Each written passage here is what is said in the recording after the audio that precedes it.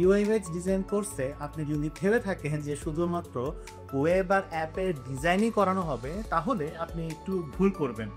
এই যে দেখেন, এটা হলো 24 সপ্তাহের কোর্সের 12 নম্বর সপ্তাহের একটা অ্যাসাইনমেন্ট, এবং এখানে ডিজাইনের ডিটাও নাই। ইউজারের স্টোরি, কোর নিডস এবং ফ্রাস্ট্রেশনের উপর বেস করে ইউজার পার্সোনা এবং সেই সাথে এমপ্যাথি ম্যাপ সাজাতে বলা হয়েছে। বিষয়টা চোস না?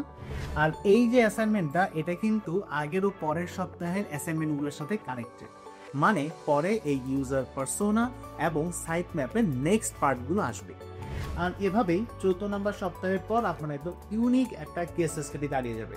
ইউনিক মানে হলো, আপনি যদি ভেবে থাকেন যে আরেকজনের কাছ থেকে কপি করে এনে বসায় দিবেন, সেটাও হবে না, কারণ প্রত্যেকে প্রবলেম স্টেটমেন্ট আলাদা। আর এভাবে টোটাল 4টা কেস স্টাডি নিয়ে আপনি ঢুকবেন জব মার্কেটে। পোর্টফোলিও প্রেজেন্ট করে আপনার জব পাওয়ার পসিবিলিটি যাবে অনেকখানি বেড়ে। সো মিস করবেন না, নেক্সট ব্যাচ জয়েন করুক এখনই।